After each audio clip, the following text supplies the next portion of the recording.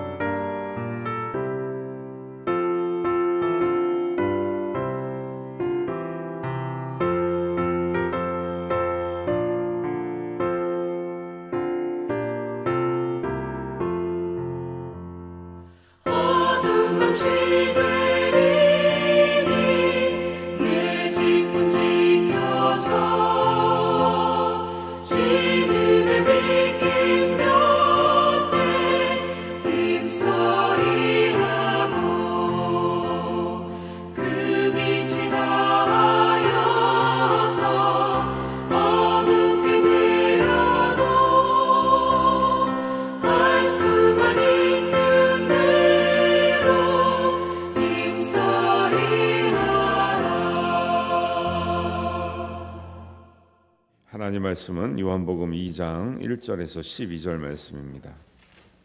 우리 한 목소리로 봉독하겠습니다. 사흘째 되던 날 갈릴리 가나에 혼례가 있어 예수의 어머니도 거기 계시고 예수와 그 제자들도 혼례의 청함을 받았더니 포도주가 떨어진지라 예수의 어머니가 예수에게 이르되 저들에게 포도주가 없다 하니 예수께서 이르시되 여자여 나와 무슨 상관이 있나이까 내 때가 아직 이르지 아니하였나이다. 그의 어머니가 하인들에게 이르되 너희에게 무슨 말씀을 하시든지 그대로 하라 하니라.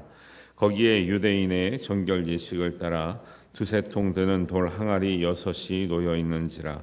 예수께서 그들에게 이르시되 항아리에 물을 채우라 하신즉 아귀까지 채우니 이제는 떠서 연회장에게 갖다 주라 하심에 갖다 주었더니 연회장은 물로 된 포도주를 맛보고도 어디서 났는지 알지 못하되 물 떠온 하인들은 알더라.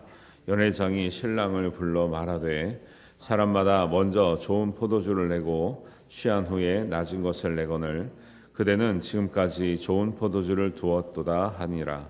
예수께서 이 첫 표적을 갈릴리 가나에서 행하여 그의 영광을 나타내심에 제자들이 그를 믿으니라. 그 후에 예수께서 그 어머니와 형제들과 제자들과 함께 가버나움으로 내려가셨으나 거기에 여러 날 계시지는 아니하니라. 아멘. 우리 한 주간 시작한 여러분들에게 하나님의 은혜와 축복이 함께 하시기를 주님의 이름으로 축원합니다. 가나의 혼인잔치 이야기가 나옵니다. 우리가 예수님에 관해 생각할 때 여러분 성경을 읽으면서 예수님이 좀 슬퍼하시고 우시고 이런 장면을 많이 보셨잖아요. 예수님이 웃으셨다는 얘기, 그런 장면을 보신 적 있어요? 예수님이 웃으시는 것 같은. 혼인잔치에 가셔서 웃으셨을까요? 우셨을까요? 예수님의 사진을 보면 항상 진지하고 심각한 사진들밖에 없어요. 사진이 아니라 그림이. 어떤 작가가 예수님이 환하게 웃는 그림을 그렸거든요. 옛날에는 그 중세 때는 그런 그림을 못 붙였다는 거예요. 예수님이 어디 웃으시냐, 진지하시지, 영적이시지 이래가지고 웃는 사진 그림을 못 붙였다는 거예요. 근데 그래서 이제 우리는, 제가 왜 그런 얘기를 하냐면, 우리가 은연중에 자꾸 이 영적인 거를 너무 진지하고 막 무겁고 슬프고 어두운 인상을 가지고 있어요, 우리가. 근데 예수님께서 그 잠언사에도 이렇게 나가지만, 예를 들면은 초당집에 가는 것이 잔치집에 가는 것보다 낫다, 이런 얘기 해가지고 우리가 그 어려움을 당할 때 같이 함께하는 건 중요하게 생각하잖아요. 그러니까 예수님은 사역하시고 십자가 지시기 때문에 웃지도 않으셨을 거야, 평생. 이런 혼인잔치쯤엔 안 가셨을 거야, 그렇게 생각할 수도 있거든요. 근데 오늘 보니까 예수님 혼인잔치에도 가셔야 안 가셔요? 가시잖아요. 가시잖아요. 그리고 뭐 혼인잔치에 가시면은 제자들하고 지금 예수님하고 어머니도 가서 일하시는데, 거기 가서 제자들하고 하하하 호호하고 웃으시면서 음식 드시고 나누셨겠어요? 아니면 혼자 진지하셨겠어요? 그러니까 우리가 자꾸 우리의 선입관 때문에 예수님의 모습이나 이미지를, 우리의 영성이라는 거를 자꾸 무겁고 막 진지하고 막 어둡고 막 슬프고 이런 걸로 가져가면 안 돼요.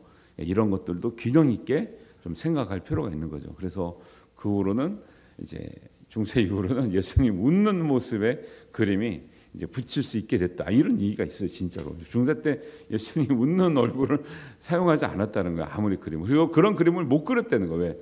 너무 진지하게 생각하는 거예요. 십자가만 생각해가지고. 십자가 중요하죠, 물론. 근데 이런 것도 우리가 성경을 보면서 균형 잡힌 시각을 가질 필요가 있다라고, 알 필요가 있다라고 말씀드리는 거예요. 혼인잔치에 지금 누가 참석하고 있죠? 예수님 어머님은 가서 일하고 계시죠. 그러니까 이게 학자들이 얘기하기에 이게 아마 예수의 친척들의 혼례잔치였지 않나. 그래서 예수님 어머님이 여기에 전적으로 도와주고 있는 모습을 보이죠. 포도주가 떨어진 거를 예수님 어머님이 걱정할 필요가 없는데 왜 걱정을 해요? 이게 가까운 사람의 혼인 잔치이기 때문에 예수님의 어머니가 걱정을 하고 있는 거죠. 그런 모습도 있고, 여기에 또 이제 학자들이 말하는 것 가운데 뭐가 있냐면, 여기 혼인 잔치면 지금 예수님의 온 가족이 다 가고 있는 분위기거든요. 근데 누가 없어요, 지금. 지금 요한복음 2장이면 예수님 사역 초기거든요. 근데 지금 요셉의 이름이 안 보인단 말이에요. 어머님도 가고 예수님도 갔고 제자들이 다 갔는데, 이런 정도 잔치면 요셉도 나와야 되는데 요셉의 이름이 성경에는 거의 예수님의 출생에 관할 때만 나오고 전혀 안 나오잖아요.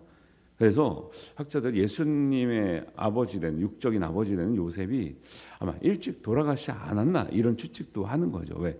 요셉이 아무데도 등장을 하지 않는 거예요. 이런 혼인잔치에도. 이런 것도 이제 사실을 확인할 수는 없어요. 근데 학자들이 근거 없이 말하는 게 아니거든요. 다 그런 배경이 있다 해서. 그래서 예수님이 30살까지 공생애를 시작하지 않았던 이유가 가정을 책임지는 가장의 입장에 있었을 것이다라고 학자들은 얘기한단 말이죠. 이런 것도 들어는 보셔야 돼. 들어는 연구를 많이 이제 해가지고 오는 거죠. 새벽이라서 가볍게만 들은 게 아니라 이런 것도 있기 때문에 우리가 그런 것을 알고, 예수님께서는 사역을 한다고 가정을 냉팽개치고 나는 모르겠다, 나는 뭐 사역만 하겠다 이러지 않고 다 동생들이 장성할 때까지 돌봐주고 어머님을 모시고 했던 모습들이 참 인간적인 모습. 왜냐하면 예수님이 하나님의 이제 신성과 인성이 완전한 인성과 완전한 신성이 잘 조화된 예수님의 모습이잖아요.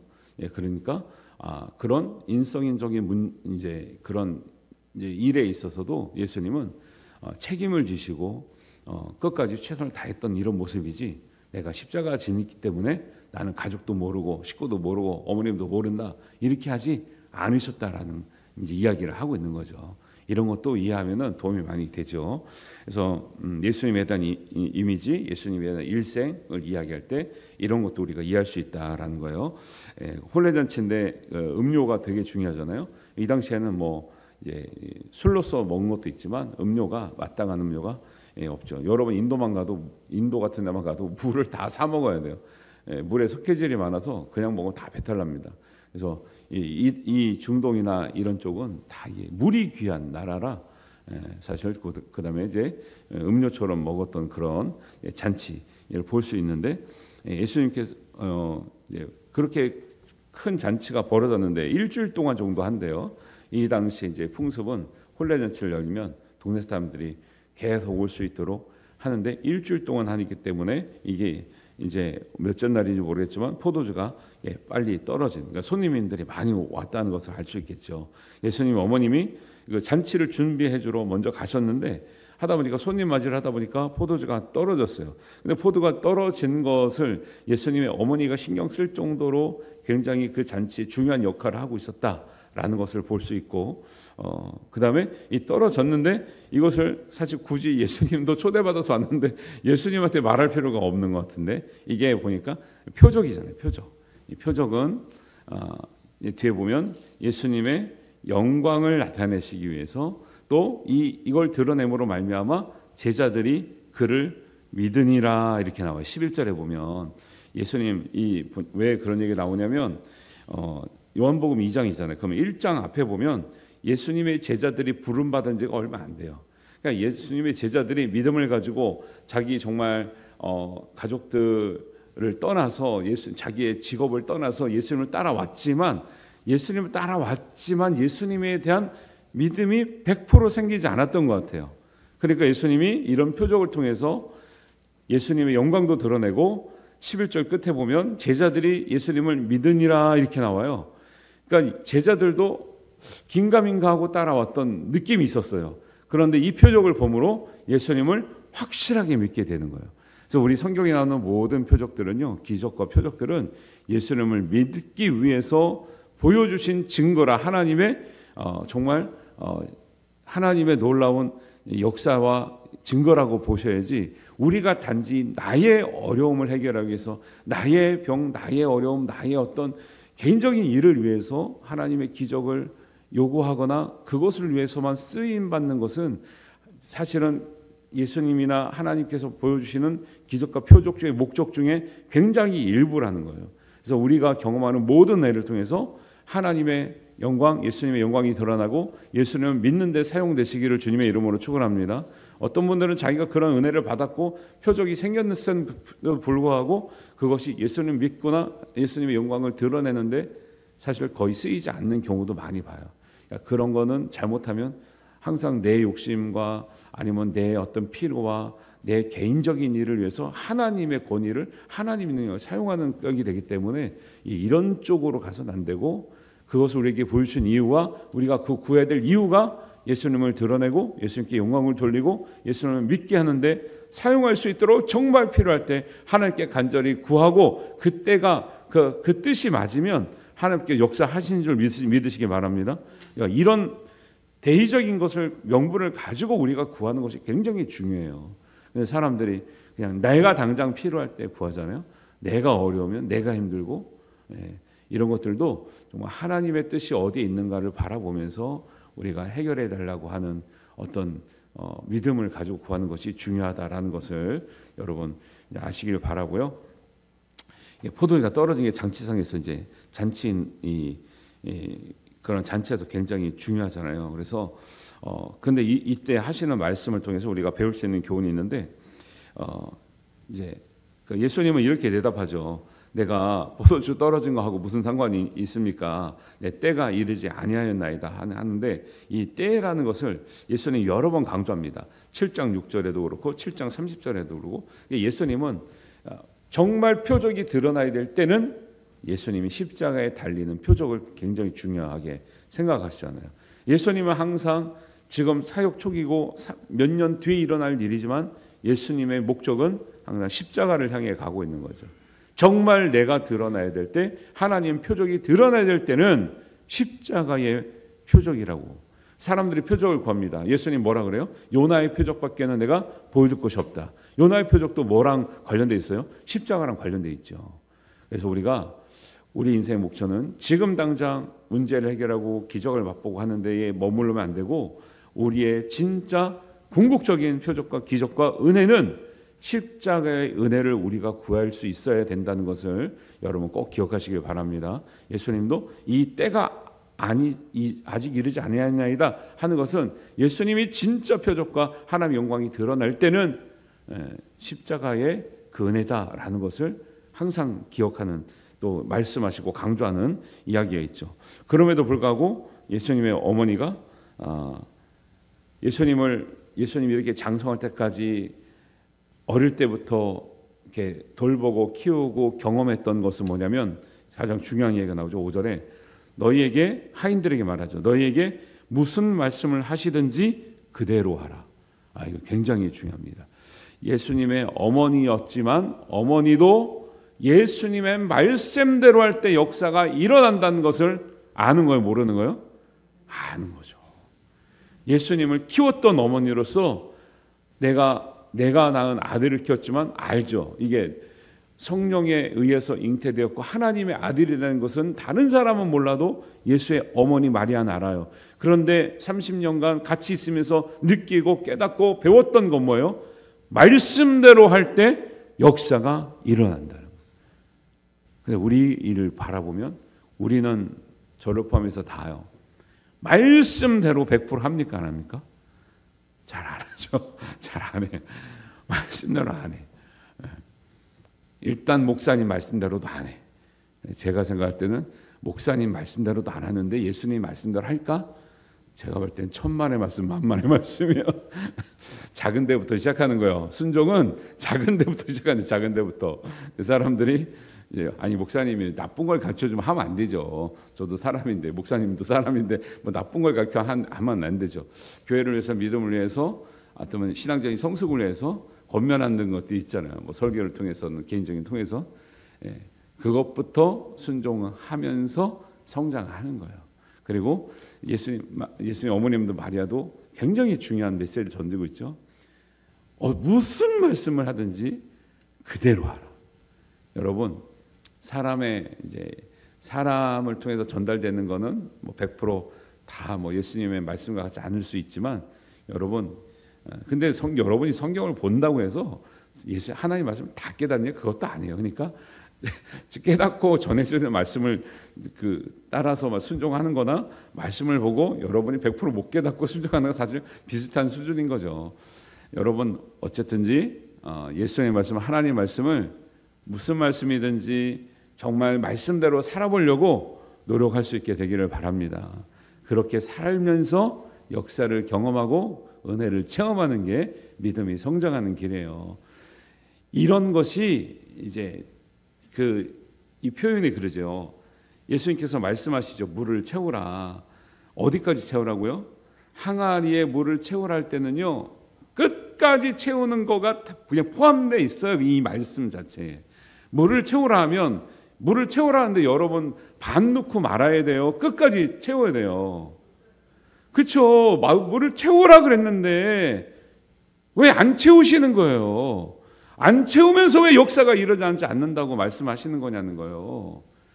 하나님 역사는요, 말씀대로 하라는 건 뭐예요?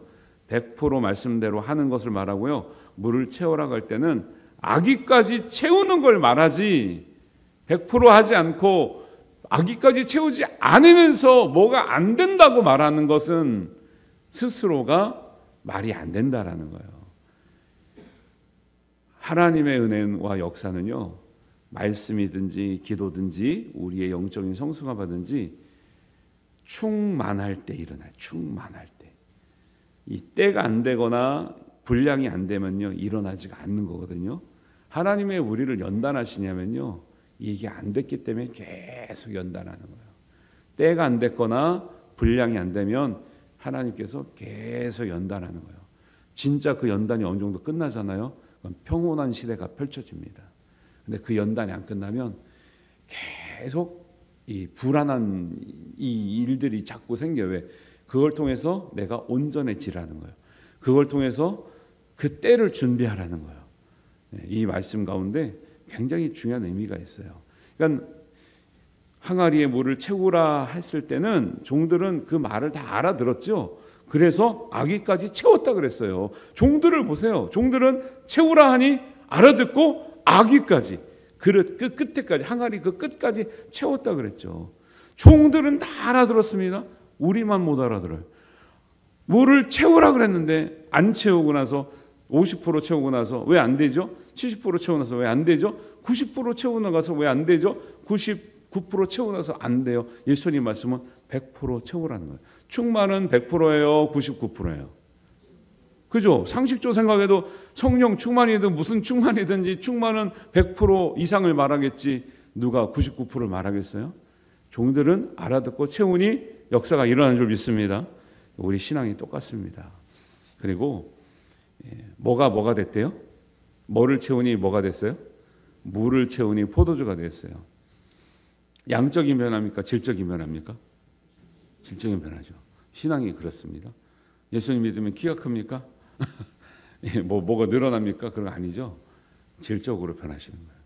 성령 충만, 하나님의 은혜, 역사는 사람의 질이 변하는 거예요. 사람의 내적인 게 변하는 거예요. 내적인 거, 영적인 거, 질적인 게 변하는 게 진짜 변화예요. 물을 채웠는데 물이 6항아리가 12항아리 된 게 의미가 있어요, 없어요? 없죠. 여기서는 뭐가 변해야 돼요? 물이 포도주가 되는 게 중요하지, 물이 12항아리, 24항아리가 되는 건 아무 의미가 없어요. 그것도 역사긴 역사인데 아무 의미가 없는 역사. 여기에 필요한 역사가 아니거든요. 하나님께서 이 시대에 어느 시대에나 우리에게 필요한 역사는 우리의 내적인 변화, 영적인 변화, 질적인 변화인 줄 믿으시기 바랍니다. 진짜로. 여러분이 키가 커서 뭐예요? 어디다 쓸 거예요? 그렇잖아요. 근데 여러분은 자신의 영적인 성숙함이 변해야 되고 더 성숙해야 되고 예수님을 닮아야 되고, 예수님을 닮은 것 가운데는 뭐가 다 포함돼요? 생각과 우리의 성품과 말과 행동이 다 포함되지.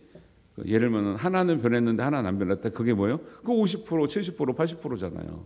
근데 역사는 언제 일어난다고요? 100% 찰 때, 100%의 연단이 되고 100%의 때가 됐을 때 하나님도 역사하시고 우리 변하는 모습을 통해서 연회장이 더 즐겁게 되고 혼례가 더 풍성하게 될 줄로 믿습니다. 우리가 더 풍성한 교회가 되려면 우리가 질적으로 완전히 변화되면 교회가 좋아지는 거예요. 그만큼 좋아지는 거죠. 근데 교회는 왜 좋아지는 모습이 더 돼요? 그렇게 100% 질적으로 변하고 내적으로 변하고 영적으로 변한 사람이 적으면 적을수록 교회가 힘이 없고 교회가 풍성하지가 않은 거죠. 그게 변화되면 변화되는 증거가 반드시 드러날까요? 안 드러날까요? 드러나죠. 드러남으로 인해서 교회도 좋고 성도도 좋고 모든 것이 다 좋아지는 걸 믿습니다. 그런 거예요. 그래서 포도주는요, 그러니까 이 진짜 짧은 말씀 가운데 너무 좋은 의미가 많이 들어요.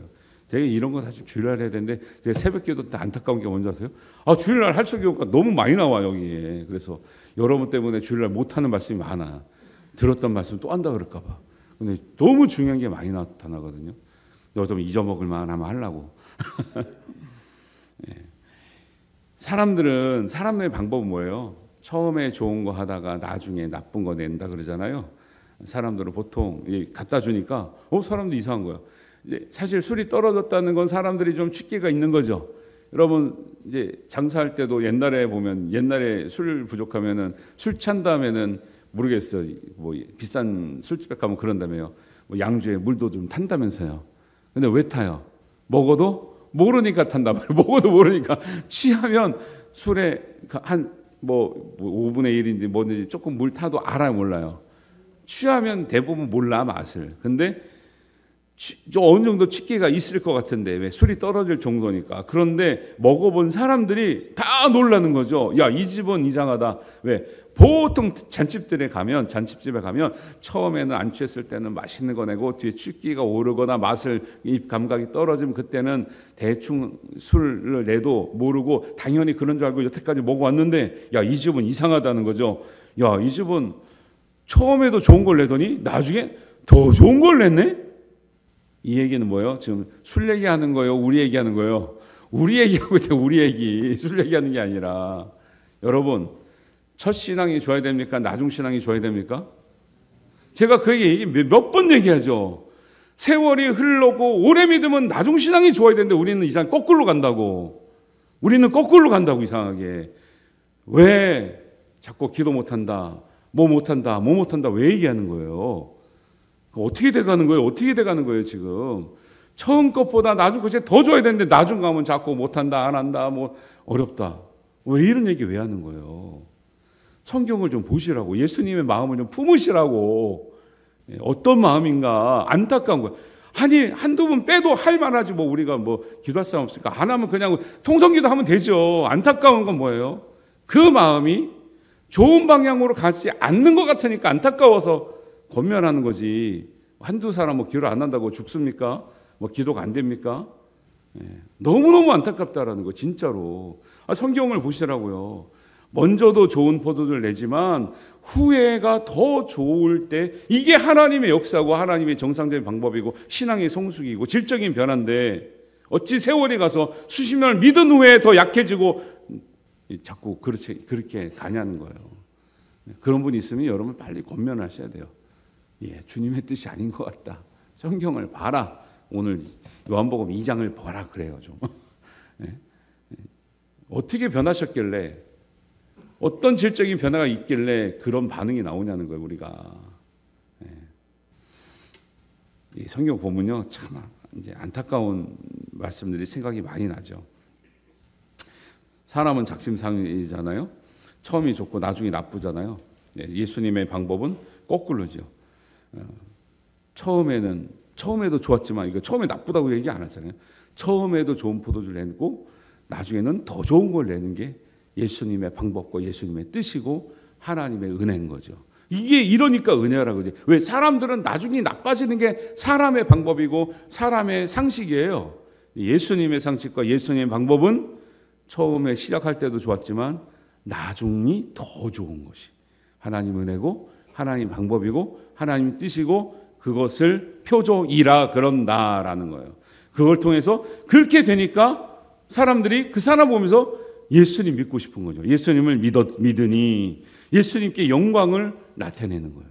이런 게 진정한 예수님의 표적이고 말씀이고 정말 예수님께서 우리에게 하시고 싶은 말씀이었다라는 것을 기억할 수 있는 거죠. 그래서 오늘 가나의 혼인잔치는 굉장히 중요한 이제 의미를 가지고 있고 요한복음에 나오는 첫 표적인데 이 표적들을 나올 때마다 요한복음에는 한 7가지 표적이 나온다 그래요. 그래서 나올 때마다 그 의미를 잘 생각하시면서 정말 주님이 바라시는 우리의 신앙적인 모습, 하나님이 원하셨던 우리의 어떤 자녀된 모습이 온전해지시기를 바랍니다. 이런 은혜가 우리 모두에게 함께 하시기를 주님의 이름으로 축원합니다. 하나님 아버지의 은혜를 감사합니다. 우리가 말씀을 하나하나 깨달아 가면서 주님께서 원하셨던 우리의 모습, 우리의 신앙, 우리의 변화, 우리의 성숙한 모습 되게 하여 주시고 또 교회를 통해서 하나님 더 풍성한 교회, 온전한 교회, 든든한 교회로 세워지게 하여 주시옵소서. 우리 성도들의 삶, 한 사람의 한 사람의 삶, 우리 한 가정 한 가정의 삶, 또 우리 한 자녀 한 자녀의 삶을 통해서 영광 받아 주시고 예수님 믿는 증거들이 드러나게 하여 주시옵소서. 하나님께서 이루실 줄 믿사오며 예수님의 이름으로 기도하옵나이다. 아멘. 하늘에 계신 우리 아버지의 이름을 거룩하게 하시며 아버지의 나라가 오게 하시며 아버지의 뜻이 하늘에서와 같이 땅에서도 이루어지게 하소서. 오늘 우리에게 일용할 양식을 주시고 우리가 우리에게 잘못한 사람을 용서하여 준 것 같이 우리 죄를 용서하여 주시고 우리를 시험에 빠지지 않게 하시고 악에서 구하소서. 나라와 권능과 영광이 영원히 아버지의 것입니다. 아멘.